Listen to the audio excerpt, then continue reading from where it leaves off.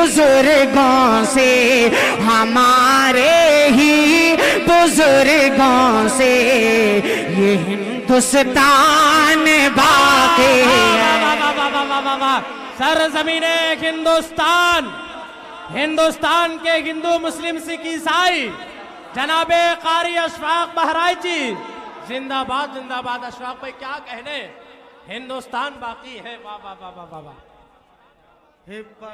بہت شکریہ۔ أسمو وأجتاز السماء جلالا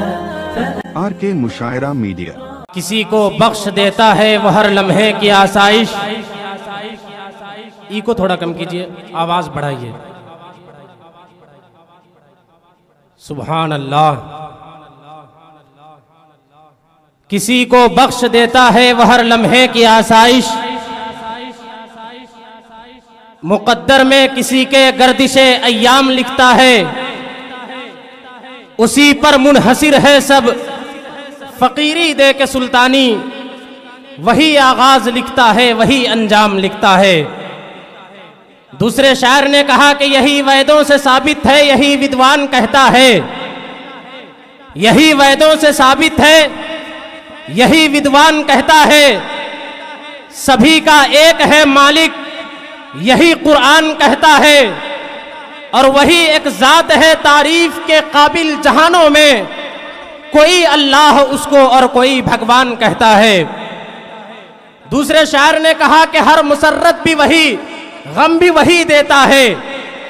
ہر مسرت بھی وہی، غم بھی وہی دیتا ہے، دھوپ اور چھاؤں کے موسم بھی وہی دیتا ہے، اور زخم لگتے ہی نہیں اس کی اجازت کے بغیر، اور پھر زخموں کو مرہم بھی وہی دیتا ہے، اور پھر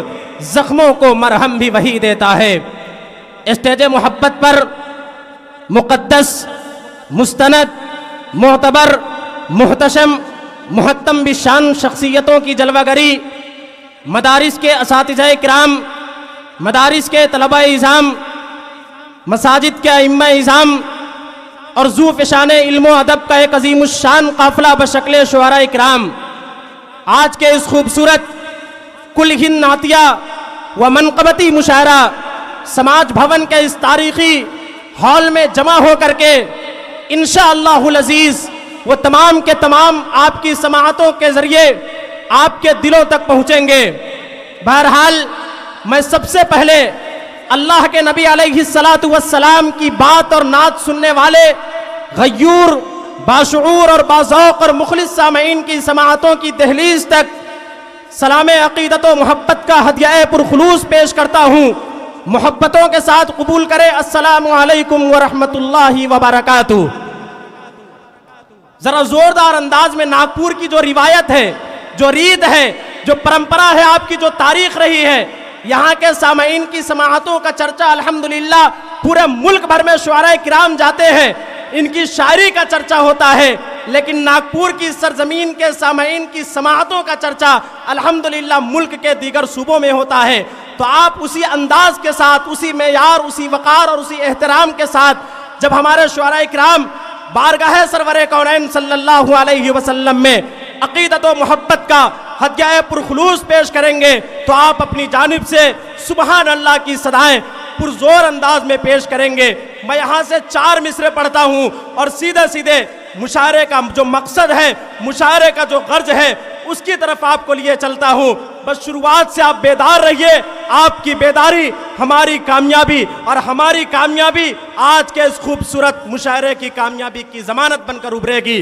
کہ محبت کے شجر سے پھول لا تعداد دیتے ہیں، نبی کے چاہنے والے مبارکباد دیتے ہیں، نبی کی نعت سن کر ہم بشر خاموش کیوں بیٹھے، یہ ایسا کام ہے جس پر فرشتے داد دیتے ہیں۔ تو کیا یہ پورے مجمع سے سبحان اللہ، ماشاء اللہ۔ بہرحال دوستو، آج کا یہ خوبصورت کل ہند محفل حمد و نعت جس میں ملک کے معزز اور موقر شعراء اکرام شرکت کر رہے ہیں، جشن ولادت مصطفیٰ صلی اللہ علیہ وسلم، اور ہمارا یہ خوبصورت ملک ہندوستان کی آزادی کے حوالے سے یہ پروگرام منعقد ہو رہا ہے۔ کیا ہی خوبصورت پروگرام ہے جہاں پر شعراء اکرام انشاءاللہ العزیز نبی کی محبت میں بھی اپنا کلام پیش کریں گے اور ملک کی محبت میں بھی اپنا کلام پیش کریں گے۔ سب سے پہلے انشاءاللہ العزیز ملک کی محبت میں، ملک کی عقیدت میں قومی ترانہ ہوگا۔ اس کے بعد آئے ہوئے تمام تر شعراء کرام بارگاہ سرور کونین صلی اللہ علیہ وسلم میں عقیدت و محبت کا ہدیہ پرخلوص پیش کریں گے۔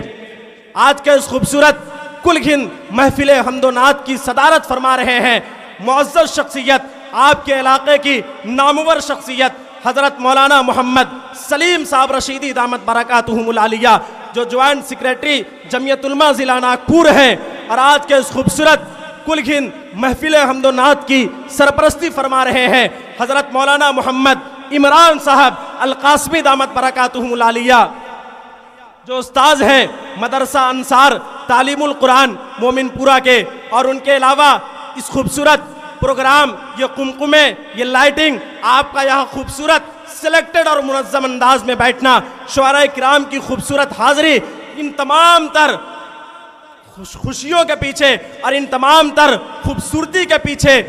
بڑی کامیابی سمجھ لیجئے، اور بڑی محنتیں، بڑی کوششیں، بڑی کاوشیں کمیٹی والوں کی شامل حال ہیں۔ جتنا آپ سوئے نہیں ہیں اتنا وہ جاگے ہیں۔ خصوصی طور پر جناب حافظ محمد ارشاد صاحب، جناب حافظ محمد حبیب الرحمان صاحب، ہمارے انور بھائی اور دیگر کمیٹی کے تمام تر احباب، یکے بعد دیگرے تمام کا نام آتے رہے گا، اور میں اور تمام تر شعراء کرام ان کا ذکر کرتے رہیں گے۔ لیکن اس وقت مشاعرے کا باضابطہ طور پر آغاز کرنے کے لیے میں کھڑا ہوا ہوں۔ انشاءاللہ العزیز پوری محبت کے ساتھ، پوری بیداری کے ساتھ آپ ادھر سے اپنا رسپانس دیجئے گا، شعراء کرام ادھر سے اپنی شاعری پیش کریں گے۔ آپ کی سبحان اللہ کی صدا اور شعراء کرام کی شاعری جب ٹکرائے گی تو وہیں سے خوبصورت اور کامیاب مشاعرے کی ایک خوبصورت فضا بنے گی انشاءاللہ العزیز۔ آئیے سب سے پہلے میں ملک کے مشہور،